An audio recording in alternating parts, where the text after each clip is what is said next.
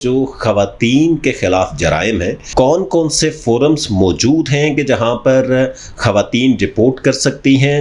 2016 में एक लॉ आया, Punjab protection of women against violence act 2016। तो आपने इतनी सारी सर्विसेज बताई, आप लोग ये सारी फैसिलिटीज फ्री ऑफ कॉस्ट देते हैं जी, एवरी और फैसिलिटेट भी करते हैं? जी बिल्कुल। एक खातून के साथ अगर कोई भी डोमेस्टिक वायलेंस का केस होता है तो वो सबसे पहले रिपोर्ट कैसे करेगी? वो नॉर्मली तो होता है ना कि थाने में रिपोर्ट करेंगे, बहुत टाइम लग जाएगा, जाएंगे, किसी की सिफारिश कराएंगे। क्या ये वाला कल्चर उसको फेस करना पड़ता है या आप लोग उसको फैसिलिटेट कर रहे होते हैं? अच्छा, जिस लॉ की मैंने आपको बात की है अगेन, उसके अंदर वो सपोर्ट मौजूद है।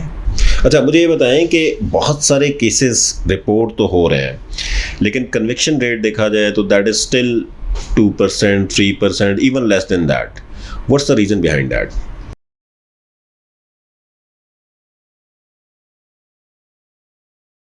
बिस्मिल्लाहिर्रहमानिर्रहीम, अस्सलाम वालेकुम नाज़रीन, मैं हूं Syed Kausar Abbas. Info news network के एक नए पॉडकास्ट के साथ आपके सामने हाजिर हैं।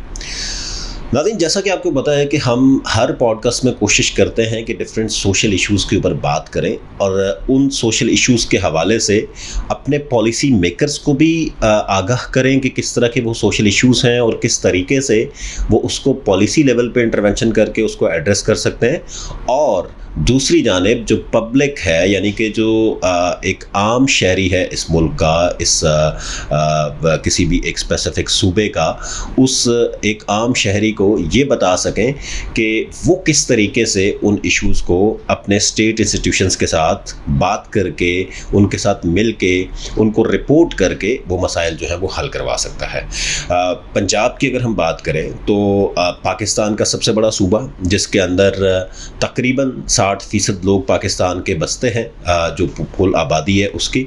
और वो जो 60% लोग बसते हैं, यकीनन वहाँ पे सिस्टम्स भी बहुत बेहतर तरीके से होने चाहिए और ऑलरेडी हैं भी, और उन लोगों के जो मसाइल हैं वो भी बहुत ज़्यादा हैं और उनको किस तरीके से एड्रेस किया जा सकता है उस पर बात होना भी बड़ी ज़रूरी है। इसी हवाले से आज हम बात करेंगे जो खवातीन के ख़िलाफ़ जराइम है, उन खवातीन के ख़िलाफ़ जराइम को हुकूमत पंजाब किस तरीके से एड्रेस कर रही है, कौन कौन से फोरम्स मौजूद हैं कि जहां पर खवातीन रिपोर्ट कर सकती हैं, चाहे वो डोमेस्टिक वायलेंस का केस हो, चाहे वो रेप का केस हो, चाहे वो सेक्सुअल असॉल्ट का केस हो, चाहे वो किसी भी तरह का टॉर्चर का केस हो, उसको कहां और कैसे रिपोर्ट कर सकती हैं। हुकूमत पंजाब की जानिब से बहुत सारे ऐसे स्टेप्स लिए गए और चीफ मिनिस्टर पंजाब मरियम नवाज साहिबा की जानिब से भी बहुत सारे ऐसे स्टेप्स लिए गए जहां पे उन्होंने ये इंश्योर किया कि खवातीन उनकी रेड लाइन है, खवातीन और बच्चे। और खवातीन और बच्चों के खिलाफ जो क्राइम्स हैं उस हवाले से पंजाब पुलिस ने बहुत अच्छा काम भी किया। अगर रिपोर्टिंग की बात की जाए, सारे सूबों का एक कंपैरेटिव एनालिसिस किया जाए तो पंजाब में हमें कंपैरेटिवली बेहतर रिपोर्टिंग नज़र आती है। रिपोर्टिंग ज़्यादा होती है पंजाब के अंदर। रिपोर्टिंग ज़्यादा होने का मतलब ये नहीं होता कि किसी भी सूबे की कारकर्दगी ख़राब है। रिपोर्टिंग ज़्यादा होने का मतलब होता है कि वो सूबा बेहतर कारकर्दगी जो है वो परफॉर्म कर रहा है, बेहतर कारकर्दगी जो है वो दिखा रहा है in terms of addressing those cases. इस हवाले से बहुत सारे स्टेप्स लिए गए। तो आज हमारे साथ मौजूद हैं मुनीज़ा भट्ट साहिबा, जो डिस्ट्रिक्ट इंचार्ज हैं विमेन प्रोटेक्शन अथॉरिटी और विमेन वायलेंस सेंटर जो है उसकी। उस हवाले से हम बात करेंगे। बहुत शुक्रिया मुनीज़ा साहिबा, आपने हमें ज्वाइन किया। भट्ट साहिबा, ये बताएं कि ये जो विमेन प्रोटेक्शन अथॉरिटी है और जो आपका वायलेंस अगेंस्ट विमेन सेंटर है, ये काम कैसे करता है? सबसे पहले तो ये बताएं, एक आम आदमी के लिए भी और पॉलिसी मेकर्स के लिए भी। 2016 में एक लॉ आया, Punjab protection of women against violence act 2016। उस सेंटर को इस्टेब्लिश किया गया उस लॉ के ऊपर, और उसकी इम्प्लीमेंटेशन के लिए वो सेंटर मुल्तान में पहला सेंटर इस्टेब्लिश किया, जिसमें बेसिकली कॉन्सेप्ट था वन स्टॉप शॉप का, कि हम तमाम सर्विसेज उन ख़वातीन को जो तशद्दुद का शिकार होती हैं उनको अंडर वन रूफ हम तमाम सर्विसेज प्रोवाइड करें। अब वहाँ पर तकरीबन तमाम तरह की फ़ैसिलिटीज़ प्रोवाइड की गई, सर्विसेज जो कि एक विमेन पुलिस स्टेशन उसके अंदर ही इन हाउस इस्टेब्लिश किया गया, फिर उसके बाद प्रोसिक्यूशन सेक्शन, फिर मीडिएशन एंड रिहेबिलिटेशन, फिर उसके साथ साथ जो है वो मेडिकल लीगल की फ़ैसिलिटी वहाँ पे प्रोवाइड की। इसके साथ साथ लीगल जो एड है वो फ्री लीगल एड उन ख़वातीन के लिए जिनके इस तरह के मसाइल होते हैं और उनको वहाँ पे कानूनी कोई मदद मुआवनत दरकार होती है, वो तमाम फैसिलिटीज़ अंडर वन रूफ दी गई।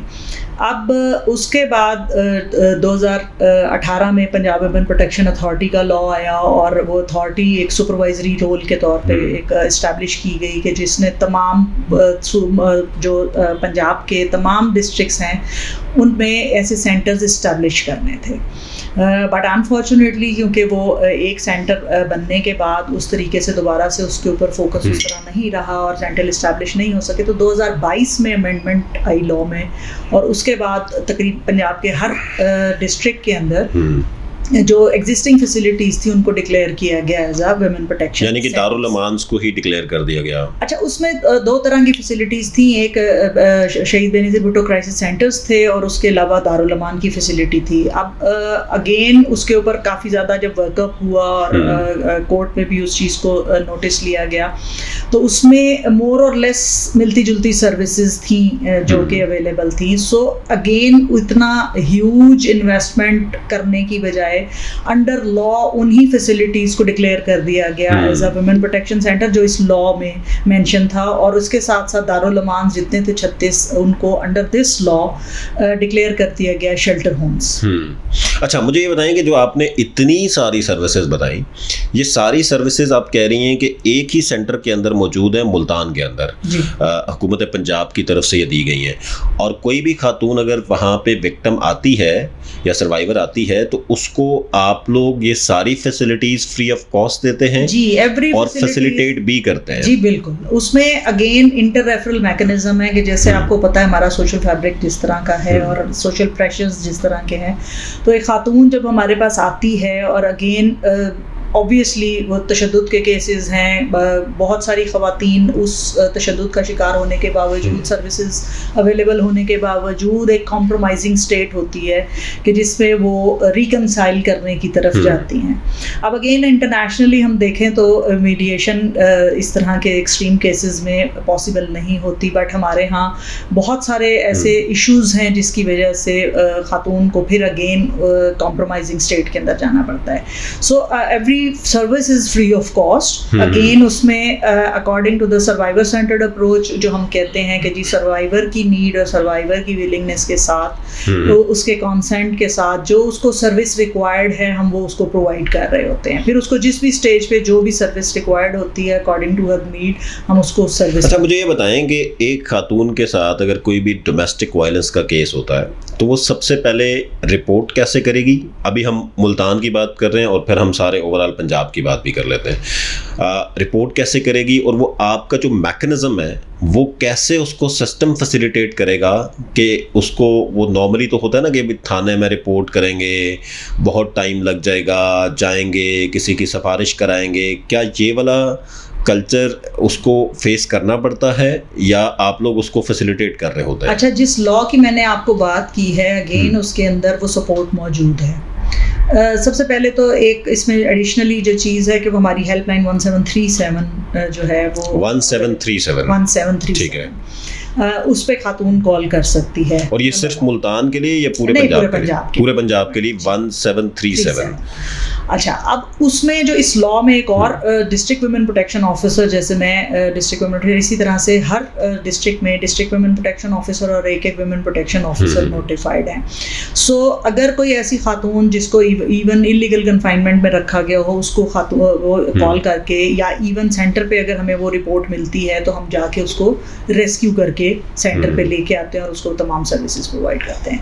इसी तरह से वो ख़वातीन अगर प्रोटेक्शन सेंटर तक आ जाती हैं तो वहाँ पे फिर जो डिस्ट्रिक्ट वुमेन प्रोटेक्शन ऑफिसर और वुमेन प्रोटेक्शन ऑफिसर है उसकी रिस्पॉन्सिबिलिटी है कि उसको असिस्ट करें और इसमें सपोर्ट प्रोवाइड करें कि इवन FIR लॉजिंग में, जैसे कि अभी आपने देखा होगा हमारी चेयरपर्सन जो मेरे मैडम हिना परवेज़ भट्ट साहिबा हैं, उनका बहुत ज़्यादा फोकस है इसके ऊपर कि जहाँ पे पुलिस कोऑर्डिनेशन और पुलिस सपोर्ट रिक्वायर्ड होती है, FIR में डिले है या किसी वजह से FIR नहीं हो रही, तो वो बहुत एक्टिवली इसके अंदर पार्टिसिपेट कर रही हैं और पुलिस कोऑपरेशन हमें उधर से मिल रहा है अब कि हम एटलीस्ट उस जो हमारा प्रोसेस है हम उसको फर्दर स्ट्रेंथन करने की कोशिश भी कर रहे हैं ताकि वो तमाम फैसिलिटीज़ जो उस खातून को रिक्वायर्ड हैं वो विदाउट एनी हिंड्रेंस उसको मिल सकें।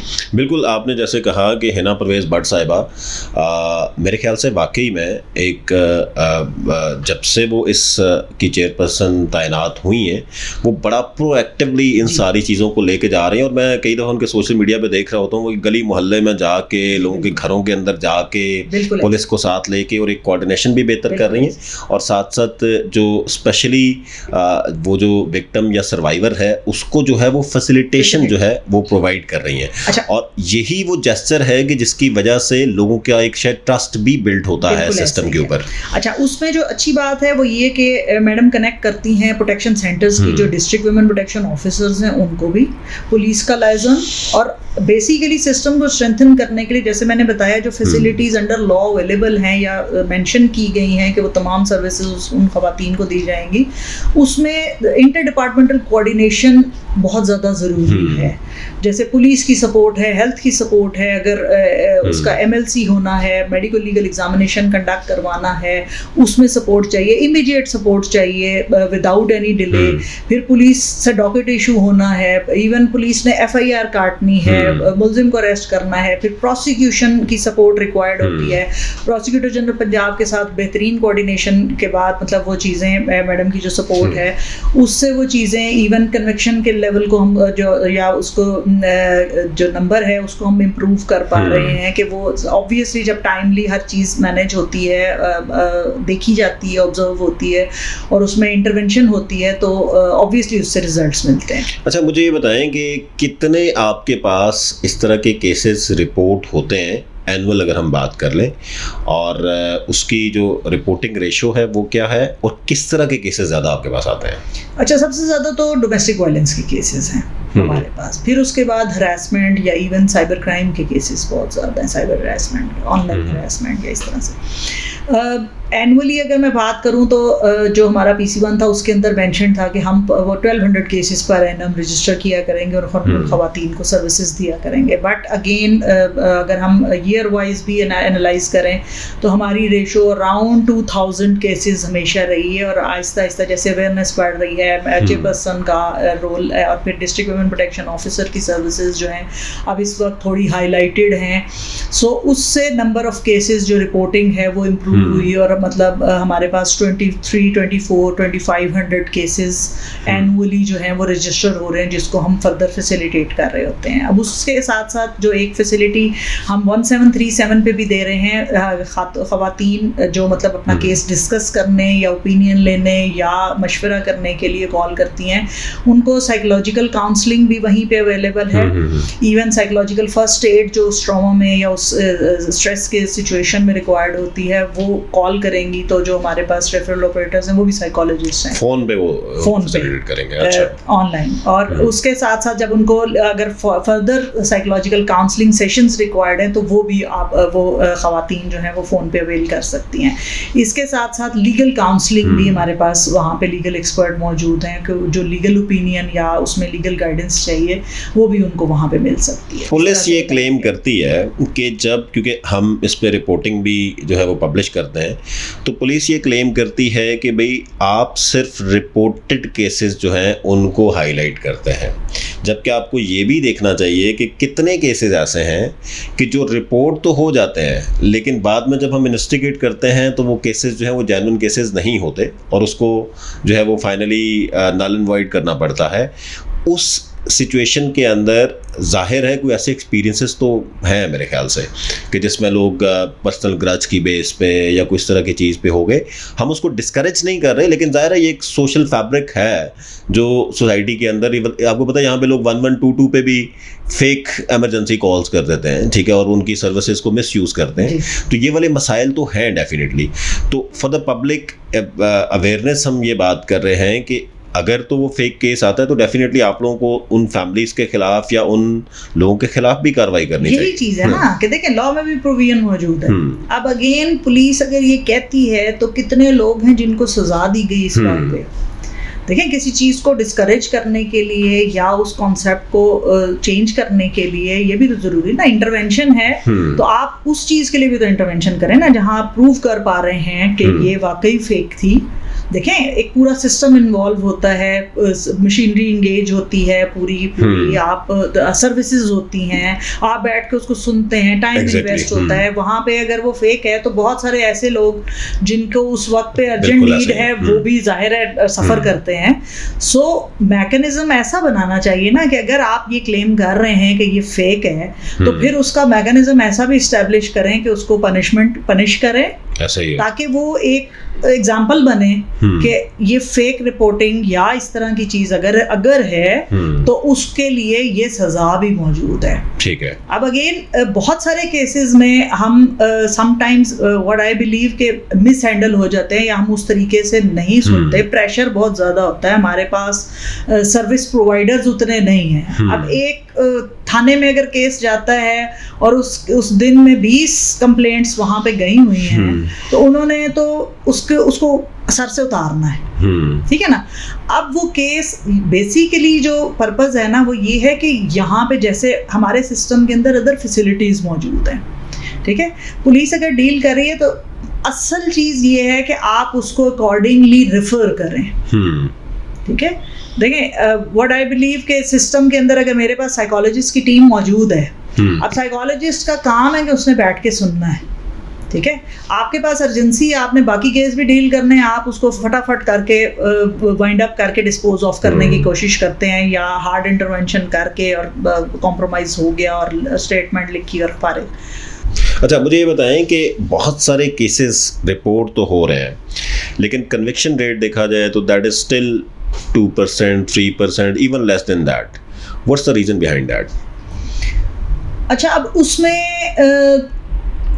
देखा जाए तो चीज़ें सिस्टमैटिकली हमारे यहाँ इवन इतने डिलेड मैकेनिज़म्स हैं कि उस जस्टिस को सीख करने के लिए बंदे की मेरा ख्याल है शायद जितनी ख्वारी उठानी पड़ती है उससे बेहतर बंदा कहता है कि अगर कोई कॉम्प्रोमाइजिंग स्टेट आ रही है तो उस पर कॉम्प्रोमाइज़ करे और जान छूट जाए, क्योंकि वो हमारे सिस्टम्स इतने ज़्यादा वेरी सॉरी टू से वीक हैं और इतने प्रोलॉन्ग्ड हैं कि वो मज़ीद सफरिंग्स फेस करनी पड़ती हैं। सो वहाँ पे बहुत सारी चीज़ें हैं। पैरेलल अगर हम देखें तो टाइमली उस चीज़ को टेकअप करना, टाइमली इन्वेस्टिगेशन, एविडेंस कलेक्शन, फिर पूरे सिस्टम को इंगेज करना, प्रॉपर इन्वेस्टिगेशन, वो सारी चीज़ें अगर हम फर्दर स्ट्रेंथन कर सकें तो उससे भी हम कन्विक्शन रेट की तरफ बेहतर करने की तरफ जा सकते हैं। देखिए, पुलिस का काम है रिपोर्टिंग करना, इन्वेस्टिगेशन करना, प्रोसिक्यूटर का काम है उसको फर्दर टेकअप करना, प्रोसिक्यूट करना। कन्विक्शन अल्टीमेटली जो है वो जुडिशरी ने लेनी है। तो क्या हमारे जुडिशल सिस्टम्स वीक हैं या उनके पास बहुत ज़्यादा बर्डन है कि ये वाले केसेस वो टेकअप नहीं कर पा रहे? देखिए, बर्डन तो देखें, अब अगर क्राइम है और जुडिशरी का काम है तो बर्डन कैसे वाइंड अप करना है, कैसे उस सिस्टम को इम्प्रूव करना है, किस तरह मतलब उसको टाइमली। अब अगर लॉ की बात करें, अब हमारे पास अगर लॉ में प्रोविजन मौजूद है कि जी इस स्पेसिफिक टाइम के अंदर कोर्ट डिसाइड करेगी 90 डेज़ के अंदर, बट आई डोंट थिंक कि 90 डेज़ के अंदर डिसाइड होते हैं केसेस। अब अगेन वही वाली बात है कि जो चीज़ें लिखी हुई हैं, लॉ में मौजूद हैं, उसकी इम्प्लीमेंटेशन नहीं होती। किताब में लिख देना, लॉ बना देना उस वक्त तक इफेक्टिव नहीं होता जब तक उसकी इम्प्लीमेंटेशन नहीं होती। पुलिस ने अपनी जानिब से विमेन प्रोटेक्शन सेंटर्स बनाए, कुछ इस तरह के इनिशिएटिव्स लिए, that is again a good thing कि चलें पुलिस इस चीज़ को रियलाइज़ कर रही है और इस तरह के स्टेप्स ले रही है। आप लोग जो हैं, आप लोगों की तरफ से भी इस तरह के इनिशिएटिव्स लिए गए। एक और एंटी रेप क्राइसिस सेंटर्स जो हैं वो भी इस्टेब्लिश किए गए। एक पुलिस वाला या एक कोई भी सिटीज़न को कैसे समझ आएगा कि मुझे कहाँ जाना है? तो ये ओवरलैपिंग नहीं है बहुत सारी चीज़ों की? बहुत सारी ओवरलैपिंग है। देखें, इसमें मैं फिर वही कहूँगी कि जो जिसका काम है, अगेन वो एक फेडरल लॉ है, एंटी रेप लॉ। अब अगेन वो आ गया, ARCC इस्टेब्लिश हुए, कराची में पहला हुआ, पंजाब का पहला मुल्तान में हुआ, फिर भावलपुर में इस्टेब्लिश हो गया, उसके बाद लाहौर में भी 2 एंटी रेप क्राइसिस सेल्स मौजूद हैं। अब अगेन उसमें भी पुलिस इंगेज है, सिस्टम इंगेज है, हेल्थ इंगेज है। फिर उसके बाद अगर हम बात करते हैं कि किसी थाने में केस चला जाता है, अब वो उसके अंडर डील हो रहा है कि नहीं हो रहा, इसकी मॉनिटरिंग। फिर उसके बाद सिस्टम में अदर फैसिलिटीज़, अब वो ट्रॉमा है, अब उसको काउंसलिंग करनी है, ARCCs में क्या वो फैसिलिटी मौजूद है, ठीक है ना। अब सिस्टम्स को बेसिकली अगर हम कोऑर्डिनेशन इम्प्रूव कर लें तो बहुत सारी चीज़ें बेहतर हो सकती हैं। हर बंदा अपना अपना काम कर ले और उस इंटर रेफरल को स्ट्रेंथन करते हैं ताकि बर्डन शेयर भी हो जाए और एटलीस्ट वो जो सर्वाइवर जो सफ़र करके आई है और उसने मतलब इतना हिम्मत करके यहाँ तक सिस्टम तक पहुँच गई है तो वो मज़ीद सफ़र ना करे, रादर उसको एटलीस्ट वो फैसिलिटेट हो। जी, बहुत शुक्रिया जी। मुनीज़ा भट्ट साहबा हमारे साथ मौजूद थी और हम बात कर रहे थे जो विमेन प्रोटेक्शन के इश्यूज़ हैं और किस तरीके से ख़वातीन रिपोर्ट कर सकती हैं। उन्होंने बताया 1737 एक हेल्पलाइन है जो पूरे पंजाब पे अप्लाई होती है। घर बैठे आप उस नंबर पे कॉल करके कोई भी अगर आपके साथ वायलेंस का केस हो रहा है, चाहे वो डोमेस्टिक वायलेंस हो रहा है, घरेलू तशद्दुद हो रहा है या कहीं बाहर आपके साथ कोई इस तरह की हरासमेंट या तशद्दुद हो रहा है, उसको आप जो है वो इस नंबर पे रिपोर्ट कर सकते हैं। विमेन प्रोटेक्शन अथॉरिटी पंजाब बहुत ज़बरदस्त काम कर रही है और वो बड़ा प्रोएक्टिवली इस तरह के केसेस को पुलिस के साथ मिलके, बाकी डिपार्टमेंट्स के साथ मिलके इसको टेकअप कर रहे हैं। लेकिन जब तक आप रिपोर्ट नहीं करेंगे उस वक्त तक ये लोग अकेले कुछ नहीं कर सकते। जब तक सोसाइटी इनको सपोर्ट नहीं करेगी, जब तक हम सारे लोग इनके साथ मिलके इन इश्यूज़ को टेकअप नहीं करेंगे, एड्रेस नहीं करेंगे, उस वक्त तक ये इश्यूज़ जो है वो उस तरीके से एड्रेस नहीं हो सकते। मज़ीद पॉडकास्ट के साथ भी आपके सामने हाजिर होंगे। देखते रहिए इन्फो न्यूज़ नेट।